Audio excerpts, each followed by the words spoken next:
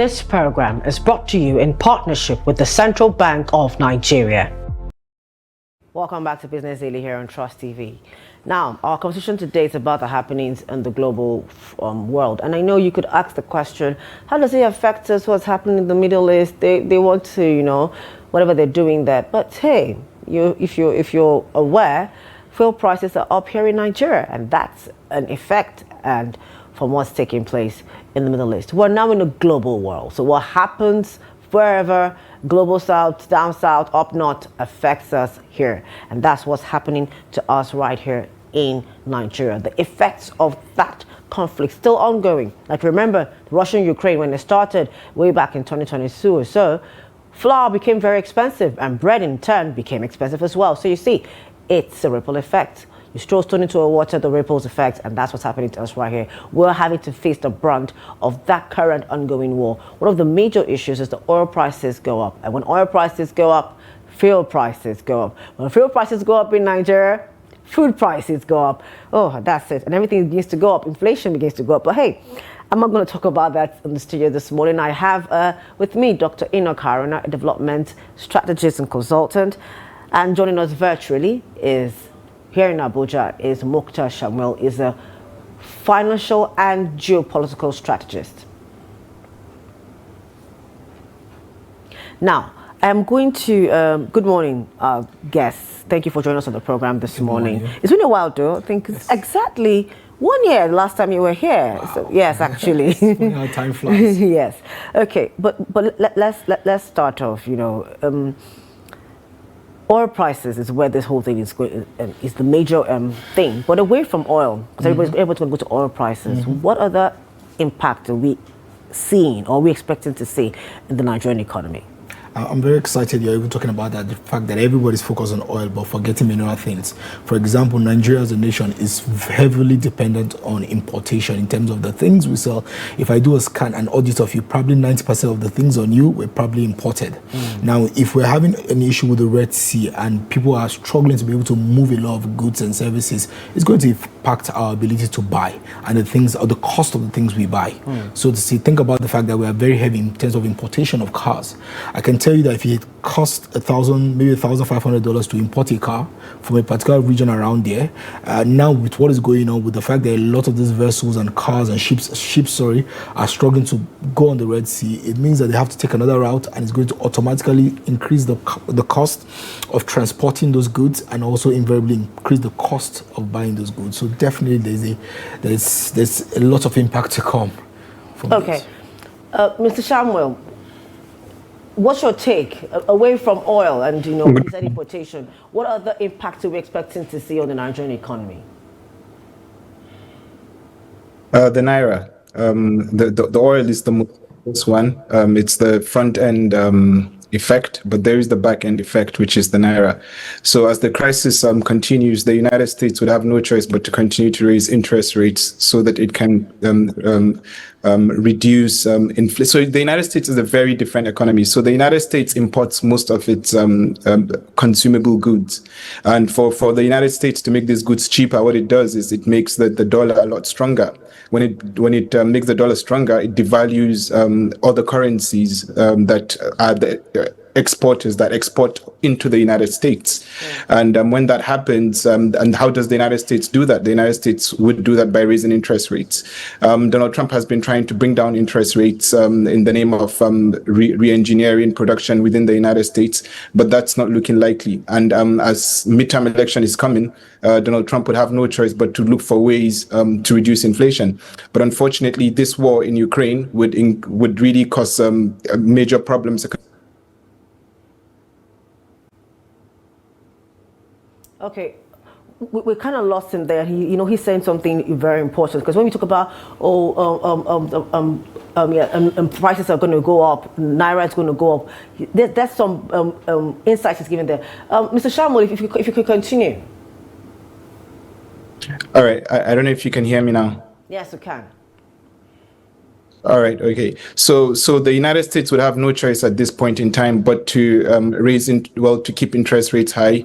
This would devalue currencies around the world. I mean, if you've noticed, the naira has been getting a hit against the dollar over the past week, and this would continue. So, in the last discussion we had, I predicted that the monetary policy rate would actually have to stay high. And it came down by about 50 basis points, which is about 0.5%. And I'm predicting that it would have to go back up in the next MPC meeting. So what we are about to see is not just effect on the price of oil, which would affect everything. We're also going to see effect on the price of imported goods, which would further raise the prices of goods and further raise the cost of production in Nigeria as well. So I think this is one of the effects of what's currently going on in the Middle East. Okay, so now both of you have said very, very quite serious and impactful things, and what I'm hearing, where this conversation is tilting to, is we're going to have inflation go up. So this inflation that we're experiencing is likely to turn on its head and go in the opposite direction. Is that the case here? I mean, from my own perspective, I'm being honest with you, we definitely going to have that. If things do not change, it's going to impact everything. And also, let's not take away the reality of the nature of the Nigerian businessman, how we like to exploit circumstances. There's also that factor, which might not be affected by necessary inflation, but the fact that scarcity mentality, that demand begins to make prices just skyrocket for no reason. So there's definitely a need for, lack of a better word, a change in what's going on, even though it's going to impact the cost of living in general. Okay, back to you, Mr. Shamwil. You said something about what America would have to do so as not to, have inflation. Now, come back here to Nigeria. This is not necessarily our war. We're just having to deal with the impact of it, the ripple effects of it. What do we then do, like America would do, to combat inflation? Unfortunately, I really don't think within the time frame, I really don't think there is much that can be done that wouldn't bite hard first before we get relief. I mean, I keep saying this is a structural problem. We keep kicking the can down the road and we keep looking for short-term solutions. The reality is the entire economic model that we currently practice is just not ripe for us. I mean, because we adopted the Western governance system of governance, and we adopted the Western economic model. Now, let me give you a simple example. What we are currently practicing almost globally, it's called like a modern money theory, right? That's the Western version. What that means is currencies, governments that issue their own currencies can afford to keep printing money. That means deficit is good. That means surplus is not needed. And what that also means is you don't need to tax to spend. You spend to tax. So if you look at Nigeria's economy, this is exactly what we're practicing. But Nigeria does not have control over its currencies. And we saw that with the last administration, when the last administration with the Ways and Means printed a lot of naira, which crashed the naira. A lot of money was printed. But unfortunately, this whole economic model relies on this. So there is really not much that can be done in the short run. And let's not forget that this is also a political year, not just for Donald Trump with his midterm election, but also for Nigeria, because we have our elections next year. Campaign starts in just about 90 days. So I think this is one of I don't know if you can hear me, or I don't know if the network has frozen. Hello? Go ahead. So unfortunately, this is one of the impacts of what we've been practicing for over 3 decades, and the chicken has come home to roost globally, not just in Nigeria. And that's why we're having this uncertainties and disruptions all over the world. Okay. Now, we'll come back to what you mentioned about we're not working with the right economic framework for Nigeria, and we'll come back to that later. Let's come to the big issue mostly. What's the first thing that was impacted? Oil prices. Now, our benchmark is about $60-something for a barrel. That's what we're intending to. That's what we put our budget at. Now we've seen the oil prices are going up. Away from the cons of this oil prices, how can we tap into this to help us benefit well as a country, so that even for the next 1 month or how long this rides, we still get something out of it? So I totally, that's what everybody's talking about now, envisaging the fact that we are going to benefit as a nation, the government is going to benefit with the increase in the price. But I always tell people that this is short-term wins, right? We might gain more revenue from this as the price goes up, but we should not forget that we import most of the oil we use in terms of the retail bits of it. So for me, this is a wake-up call for us as a nation to strengthen our energy dependency, right? Or independence, so to say. So don't just selling crude, but imagine our ability to refine a large number of the crude that we have and actually consume it. If we had that as our scenario, we wouldn't necessarily feel this shock or the impact of this current thing happening in the Middle East. So imagine we refine a couple of the oil, which is what we consume. So then we are able to actually make benefit from the revenue of the sales of the crude oil and not feel the impact on the retail side.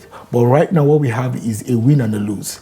A win in terms of the fact that the prices increase, so the government will do some increment in terms of revenue, but the impact on the retail when it's being imported back for us to consume as the normal person.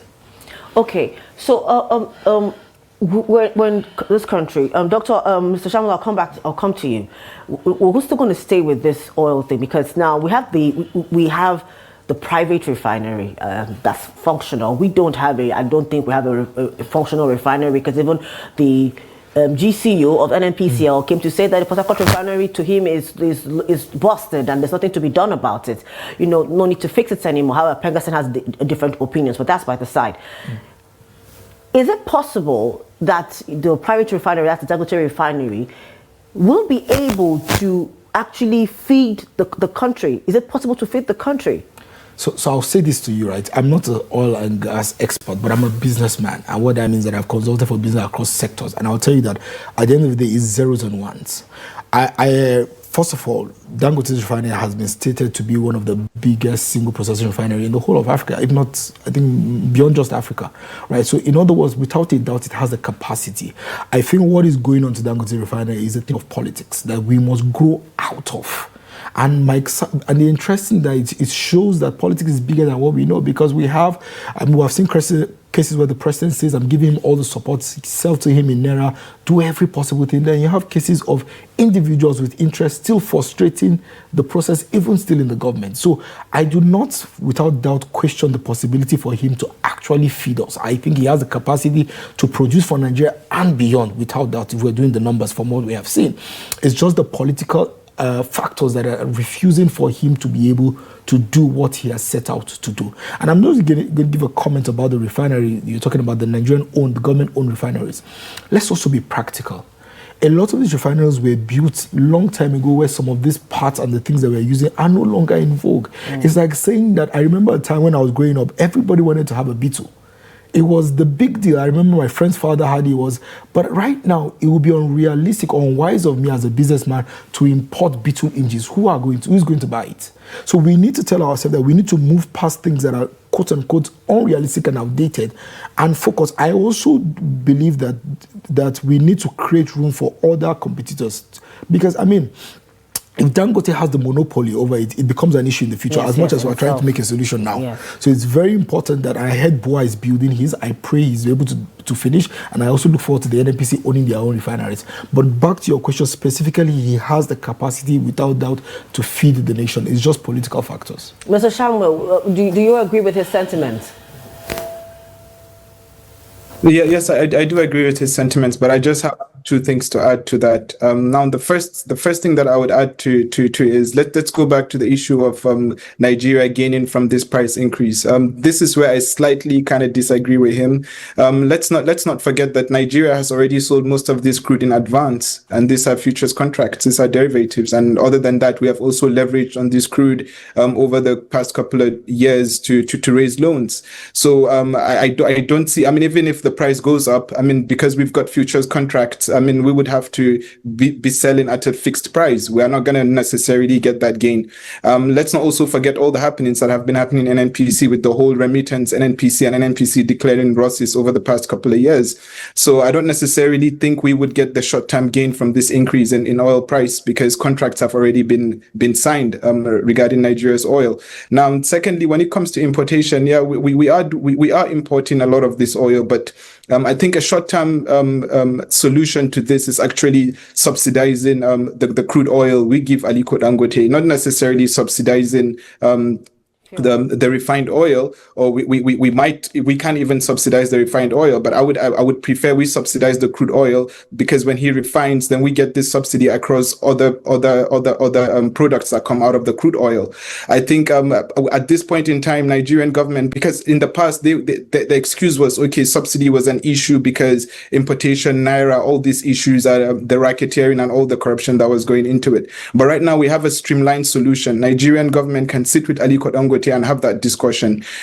This is what I think can be a short-term solution. But I don't necessarily think Nigeria would gain from the increase in crude in the short term. For that to happen, Nigeria would have to increase the production of crude. And let's not forget that the production of crude has not been at the best for Nigeria over the past couple of years.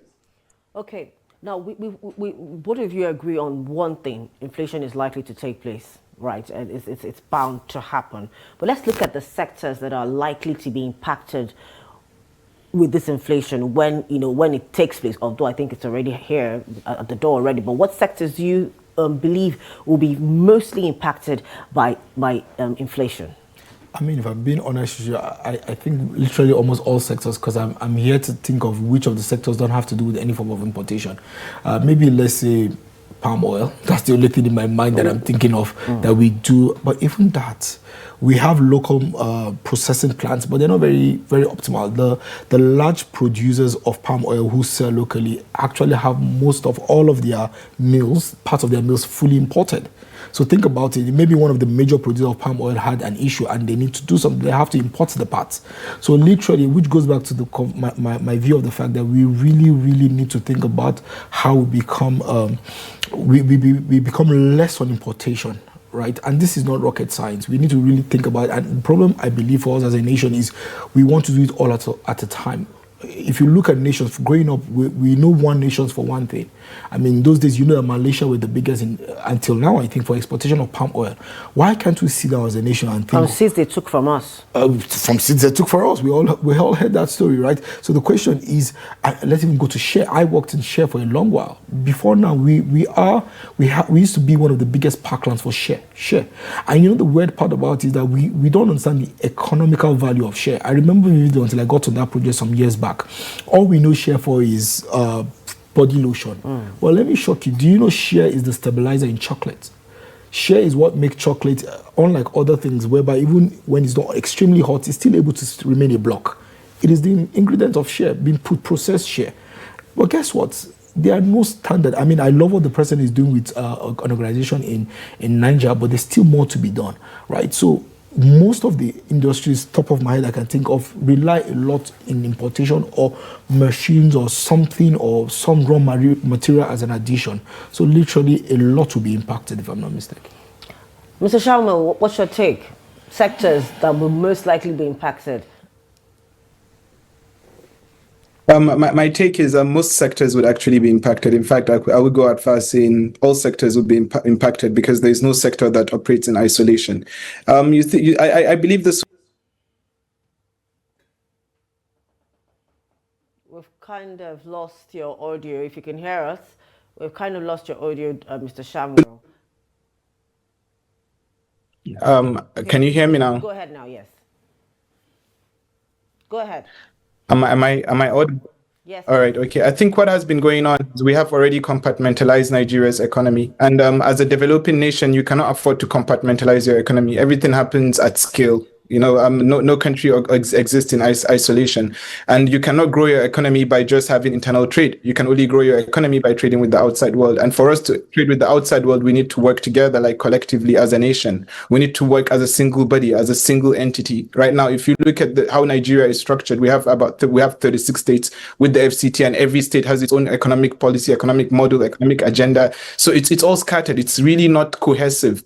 So because there isn't that cohesion, I mean, it would be a real challenge for us to actually be able to pull out of this economic situation in the short term or in the long term. So I think Nigerians should just and it's not just about bracing up for hardship in the name of, oh, okay, taxation is good. All these are on the surface solutions that are just not necessarily hurting Nigerians. If we really want to fix the country, we actually have to sit and look at things holistically. Now, let me give you a simple example. Look at Benue.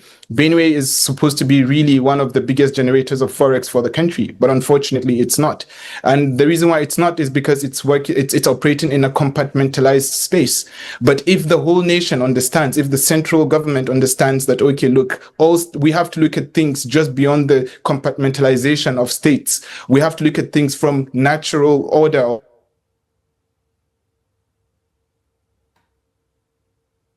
Mr. Shamwil. Is here. There is no short term. I don't think there's any short term solution to what we're in right now. Okay, still staying with you. We're going back to what you said earlier in the beginning about the kind of economy that we run. You mentioned a statement. Now, what, in your own view, is the best kind of economy structure that best fits Nigeria? Because yes, in as much as we say we've done the West kind of thing, we practice a different kind of democracy here in Nigeria. It's not the same thing as what they do over there. It's not the same thing. In Africa has its own kind of democracy. The meaning of democracy in Africa is quite different from whatever it means in the West, really, as far as some of us or some people are concerned. So what kind of economic structure do you think best suits the Nigeria way of doing things? I think we don't necessarily, we practice the exact same kind of democracy as they do in the West. The only difference is, I mean, we're here and we're not really aware of what's happening there. Let me give you a few examples. In the last election, we saw the whole battle between Trump and Biden, Trump accusing Biden of rigging the election with mail-in votes and whatnot. And over the decades, if you look back through the United States, also the United States democracy, they had different laws at different times. You know, some states would be like, oh, prisoners cannot vote, oh, prisoners can vote, you know, all the tweaking and whatnot. Now let's talk about Europe. Look at what happened in Georgia just last year. Kalin Georgescu, who won the election in Georgia, the presidential election in Georgia, EU just stepped in and said, no, we don't accept it. And then Romania, not Georgia. And then the Romanian government, which was against Kalin Georgescu because Georgescu was the opposition leader, accused Georgescu of rigging the election by campaigning on TikTok as a pro-Russian candidate. And that's the reason why they refused him becoming the president. In fact, at the end of the day, what happened, he had to actually step aside and quit politics entirely. Now, what happened in Moldova? In Moldova, they had what's called, so the Moldovan government lost the election internally, but then they now said, oh, okay, yeah, we've got votes from outside from the EU countries, and then the votes from EU countries just came in and upturned the election. But at the same time, a large chunk of Moldovans are actually not, that are outside Moldova are not in Moldova. Where are they? They are in Russia. But guess what? In Russia, they only opened one polling booth, because they know that the Moldovans in Russia were going to vote for the opposition. So what I'm saying in essence is, look, this is the same clown show that has been happening globally. It's just that the chicken has come home to roost. The things that we didn't used to see before, now everybody is seeing it. So what I'm saying in essence is everything that we have copied was designed by someone for a specific purpose at a specific time for a specific reality. That's not our reality. That is not our purpose. And that is not our time. And if things continue like this, we're just going to keep having these events. Like nobody can explain. We keep having this turmoil all over the world. It just doesn't make sense that we have the same problem in Kenya. We have the same problem in Sri Lanka. We have the same problem in Ghana. We have the same problem. I mean, at some point we have to sit and ask ourselves, at this point, Nigeria has a lot of intelligent, brilliant people. Let's just sit and ask ourselves, what do we do to really make this work? The reality is this is not working. Nigeria got its independence when? We're talking about over 60 years of independence and we're still debating the same issue.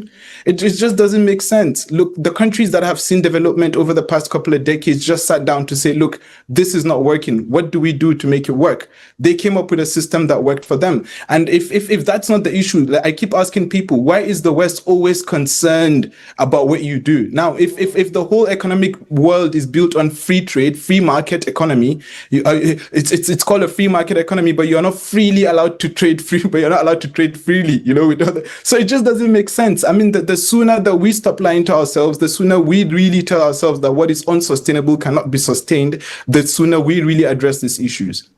Okay, all right. let's come back home because you've taken us on the geopolitical field this morning. Very good lessons we've learned. But, let's come back to our Apex Bank and how should they react to this? Because, MPC just finished a few days ago.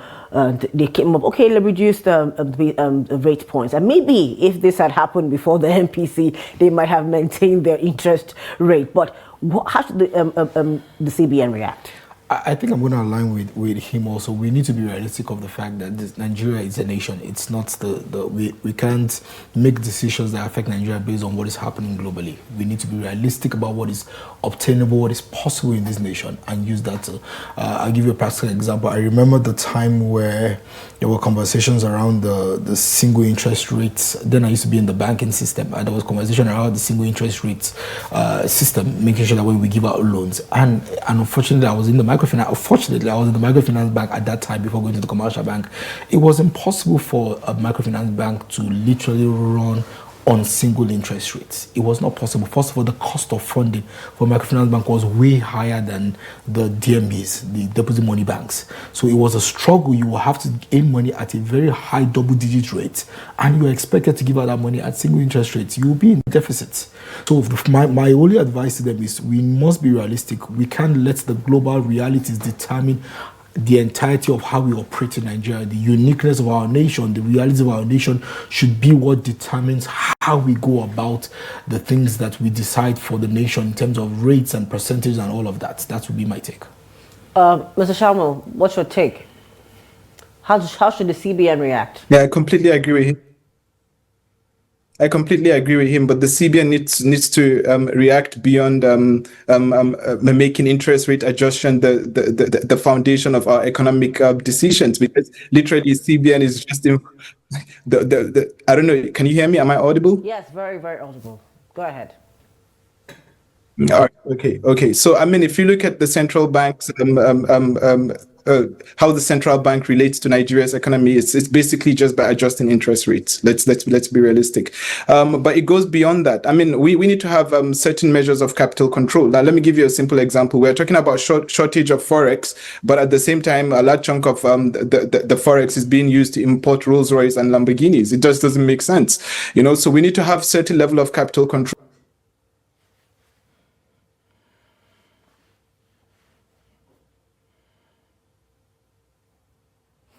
We tend to have lost. Am I audible now? Okay, yes, please go ahead. All right. My apologies. It's just the network. I think the network has not been great in Nigeria over the past couple of weeks. Okay, so if you look at what we practice, it's called trickle-down economics, right? Money comes from the government, and it gets distributed into the society through the money deposit banks, because that's where credit is being created, right? So if you are not able to direct money capital where capital is needed in a structured form, you would not be able to come out of this situation, because everybody has his or her own interest. Banks have their own interest, and their interest is to make money, make profit. Their interest is not necessarily to aid Nigeria's economy. So this is a whole issue. I mean, we can sit here and talk about this for the whole day, but a lot of things really have to change, But one of the major points that I think we should really look at is capital control, because at the end of the day, the entire economic system that we currently practice is based on capital. Capital is the most important factor in terms of the modern economy. So we cannot say, oh, capital is the most important factor, and then we leave it in the hands of, it's a natural monopoly, basically, because this is what drives human economic activities in this modern era. Okay. Both of you have said quite a lot this morning on the program. One of the other things that, will be impacted is remittances. If people are not working, because of the situation, that affects remittances, that affects foreign exchange, there's just a lot. It's a cycle that's happening there. Well, our time is actually far from spent. The question now will be what, as a country, though you've answered it in a way, Nigeria in itself, what's the way forward? This has happened now. Let's not pontificate. What are the things we should see the government do immediately to see that things are moving? this has happened now. So this is where I'm going to literally align with Shems. There is need to sit down and recreate the blueprint. Like I said, we are now, it wasn't 60, 80 years ago where we had people that couldn't speak English. Nigeria has one of the most intelligent young set of young people, right? We need to take advantage to sit down and begin to drive our blueprint. We have seen, this is not the first war. We also see Ukraine. I mean, people don't talk about it, but think about it.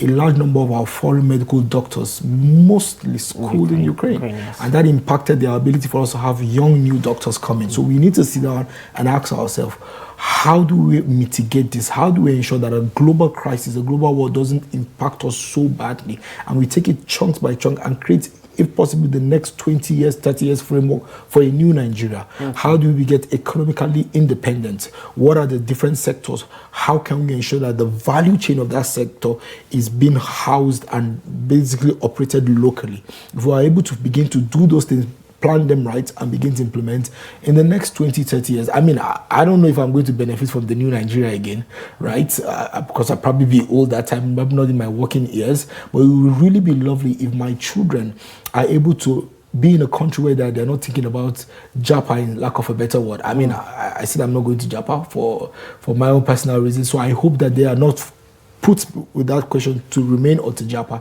But all that is dependent on our ability to sit down now and begin to plan for the next 20, 30 years. Okay, Mr. Shamwil, in less than 30 minutes, what do you have to say? Well, I think the problem is that what can we do now solution? We've been given that now solution. Sorry? 30 seconds. Am I audible? Seconds. Yes, go ahead. Okay, so you see, the problem is we've been issuing that now solution. What can we do now? What can we do now for the past 60 years? We've been reacting.